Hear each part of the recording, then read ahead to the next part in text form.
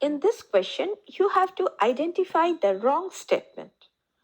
Option A, cyanobacteria lack flagellated cells. This is true. Cyanobacteria do not have flagella for movement. Instead, they exhibit gliding or oscillatory movements. Hence, it is incorrect option. Option B, Mycoplasma is a wall-less microorganism.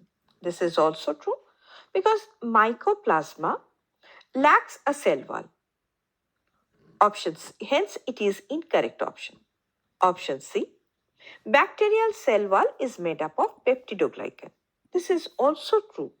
The bacterial cell wall is mainly composed of peptidoglycan, which is a polymer of sugars and amino acid.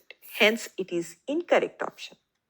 Option D, Pili and fimbriae are mainly involved in motility of bacterial cells.